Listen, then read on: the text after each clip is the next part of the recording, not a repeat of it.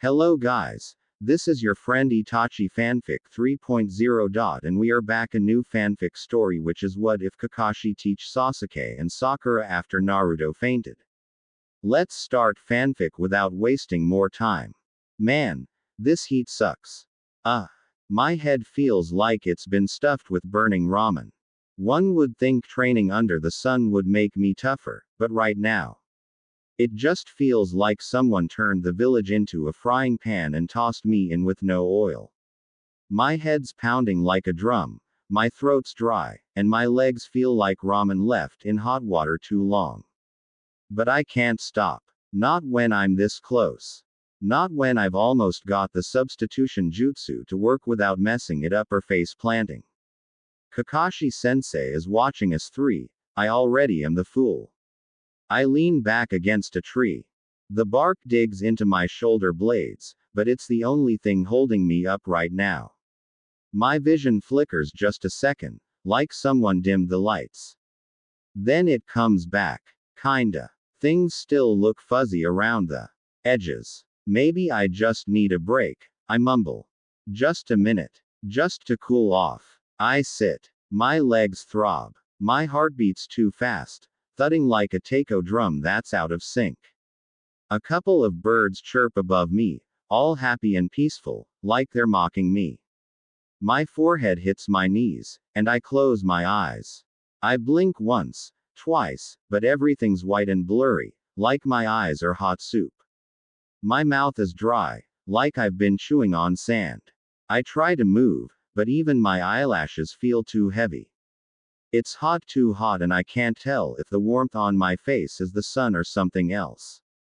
The last thing I remember is jumping and replacing the log with myself, pushing myself harder and harder cause Sasuke was already on his 5th round and Sakura was watching.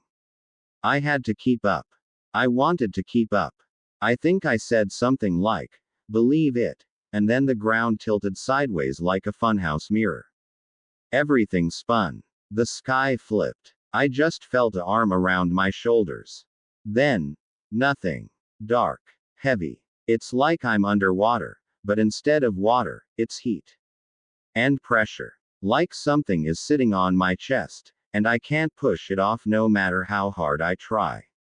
My name is Naruto Uzumaki. I want to be Hokage. I think I said that out loud. Maybe not. I try to move, but nothing works. Then everything fades again. Everything hurts. Not in a just got punched by Kiba way. Not even in the fell off a cliff trying to master a new jutsu kind of way. This is different. My chest feels tight. Not sore wrong. Like my heart's skipping stairs it's not supposed to. I blink slowly. Now I'm lying on something cool. Cool. My back's pressed against soft grass. Not the hot kind that pokes your skin and bakes your clothes. This is shady grass, the kind under trees. There's a breeze brushing against my sweaty cheeks, soft like someone's breath. A shadow moves beside me. I blink again and the blur slowly shapes into silver hair and a single, calm eye. Yo, Kakashi sensei says softly. Not his usual cheerful drawl. It's low. Careful. Like he's trying not to wake something. You back with us. I try to talk, but my throat croaks out some pitiful rasp. I hate that sound. It makes me feel small. Helpless. I try to sit up, but a gloved hand presses my shoulder down firm, but gentle. Nope. Stay there. Wah. I finally manage. What happened? You fainted, he says, his visible eye narrowing not in frustration, but focus. Too much chakra expenditure. Too little water. That's dangerous, Naruto. You can't keep blowing past your limits like it's nothing. His voice stays level, but it's edged with something sharper. Not anger. Not disappointment. Concern. No way. He never looks worried. I stare up at him.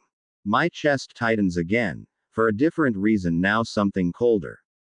Guilt. Embarrassment. It coils in me like a rope knotting up. You carried me. I whisper. Of course, he says, like that's obvious. His tone stays soft, like he's speaking to something fragile, and maybe it's me. I feel the weight of his vest behind my shoulders. He's propped me against him to keep me shaded. His gloved fingers brush my forehead, cool and steady, checking for fever. Don't do that again, Naruto, he murmurs. You scared your teammates. That stings. I glance around, but can't see Sasuke or Sakura. Just hearing that they were scared because of me makes my stomach turn. Like I've failed them. Quote. Sorry. I mumble. It's barely a whisper. There's a pause. Then I hear him sigh, a quiet one. Not annoyed. Just tired. I want to be Hokage. I want to be Hokage. I think I said that out loud. Maybe not. I try to move, but nothing works. Then everything fades again. Everything hurts. Not in a just got punched by Kiba way. Not even in the fell off a cliff trying to master a new jutsu kind of way.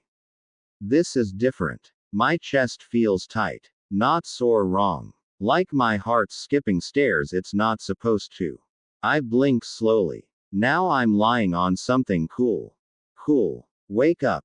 He adds, voice quieter. Just be more careful. I nod a little, swallowing down the lump in my throat. This time, I don't mind feeling small. Because he stayed. And maybe, just maybe, I'm not so alone. Everything feels weirdly floaty. I'm lying still, but my chest feels tight, like someone wrapped a rope around it and keeps tugging when I breathe too hard. I can't tell if I'm dizzy from the heat or just tired. My arms still feel like they're made of sand. Light footsteps crunch nearby, 2 pairs. Sasuke and Sakura. TCH. I told you he was pushing too hard, Sasuke mutters, but he sounds less smug than usual. Naruto. Sakura's voice cracks a little. She crouches beside me. You really scared us. I'm fine. I lie. Weakly. Badly. Before she can argue, Kakashi-sensei cuts in. He's conscious, but he's still showing signs of systemic fatigue. Might be more than just heatstroke. Huh. Sakura frowns. Wait, what kind of signs? Okay. This is not a textbook, Sensei says, voice shifting to that cold, calm tone he uses when he's all business. Basic field triage. This is the real thing. I groan faintly. Do we have to do this while I'm like quarter dead? Exactly when we should, he replies, already moving. Obvious. His tone stays soft, like he's speaking to something fragile, and maybe it's me. I feel the weight of his vest behind my shoulders. He's propped me against him to keep me shaded. His gloved fingers brush my forehead, cool and steady, checking for fever. Don't do that again, Naruto, he murmurs. You scared your teammates. That stings. I glance around, but can't see Sasuke or Sakura. Just hearing that they were scared because of me makes my stomach turn. Like I've failed them. Quote. Sorry. I mumble. It's barely a whisper. There's a pause. Then I hear him sigh, a quiet one. Not annoyed. Just tired. He shifts slightly and pulls a water bottle from his pouch. Uncapping it with one hand, he lifts me up with the other, steady as a rock. Drink. I obey. The water hits like heaven. It's cold and perfect and makes my throat hurt in the best way. My pride still aches, but I drink anyway, slow like he wants. When I'm done, I let my head fall back into the grass. Everything feels floaty. My arms are still noodles. My chest still flutters. You scared me too, Sensei says suddenly. He doesn't look at me when he says it. He's staring into the trees, that far off look he gets when his mind is somewhere darker. But you're stubborn. I knew you'd regulate body temperature and see what you're working with. Sakura moves to help, tugging my sleeve gently off one arm. I hate how limp I feel, how useless. Sorry, she murmurs, voice tight. The breeze hits my damp skin like a slap. I shiver. Sensei rolls the jacket and put it beneath my legs, eyes already scanning my chest. Clammy. Discoloration around the collarbone. Shirt stays unless we need to monitor respiratory tension directly, but remember this step. Visibility matters. He brushes my damp bangs back and places two gloved fingers along my carotid artery just beside my jaw. His touch is firm but not rough. You don't need chakra to assess life signs.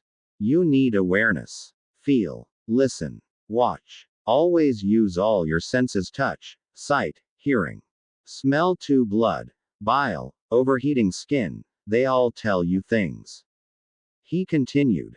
Now Sakura, slide two fingers under his ribs here, sensei instructs, guiding her hand. Feel anything rigid or spasming. Yeah, she murmurs. It's tense. Tension there can signal diaphragmatic distress or oxygen deprivation, he says. Shortcut. If their chest is still but that spot pulses fast, you're dealing with hidden strain. Sasuke watches, silent, focused. Kakashi's tone stays calm. Not cold. Not warm either. Just anchored. Solid. Now let's talk possibilities, he says. What does this not look like? Not just dehydration, Sasuke says. That'd be low pulse, dry skin, sunken eyes. Right, Kakashi sensei affirms. This pulse is fast, not weak. Skin is damp, not dry. And he passed out in the shade. Not chakra depletion either, Sasuke mutters more. He didn't use anything major. His chakra wasn't spiking before this. Good observation, sensei replies. That narrows it. So what does that leave? Arrhythmia, Sakura says softly. Maybe congenital. Or stress-induced. Exactly. Could be something Naruto's had since birth. Could be worsened by overexertion, heat, adrenaline, or chakra fluctuations. Or a latent condition now surfacing under pressure. He sits back a little, hands still poised protectively near me. If this were a battlefield and we had no medics, your job would be to stabilize him, keep him cool, prevent further strain, and not let him pass out again. Do not try to regulate the heart with chakra unless you're trained in cardiovascular flow. They both nod, dead serious now. Kakashi sensei looks from one to the other. Field rules. No loud movement. No dragging upright. Keep the head tilted for airway, legs slightly raised for circulation. Dribble water slowly. Talk to them. Keep them conscious. He glances down at me. Our eyes meet. Just briefly. Then he says, quieter. And always treat them like they're alive. Because if you panic, they will too. Neither Sakura nor Sasuke responds for a moment. Then, we've got it, Sasuke says, voice flat but firm. I'll remember all of it, Sakura adds. I want to say something sarcastic. I want to brush it off. But my chest still flutters like it doesn't know how to be a heart. And all I can do is lie there, blinking up at the trees, hoping they really do remember all of it. Because next time, it might not just be me. Sensei is quiet for a moment longer. Then he exhales one slow, solid breath and straightens to his full height. That's enough, he says. We're not guessing any further. His voice is soft, but final. Iron wrapped in cloth. We're taking him to the hospital. Now. I shift slightly. I can You're not walking, Sensei says instantly, already moving to kneel beside me. And I'm not wasting time arguing with you. Before I can blink, he's lifting me, one arm behind my back, one under my knees, smooth and sure. I hate feeling this weak. But I don't fight it. You weigh less than my Ninken, he mutters, not unkindly. Hey, shut up and rest. I rest my cheek against the side of his neck. His vest smells like steel and sun and wind. And safety. Not when his grip is that steady. Not when his eye looks like it sees everything and won't let go. He turns to the others. We move. Stay alert. And just like that, we're gone, carried into the trees, and toward answers I'm not sure I'm ready for.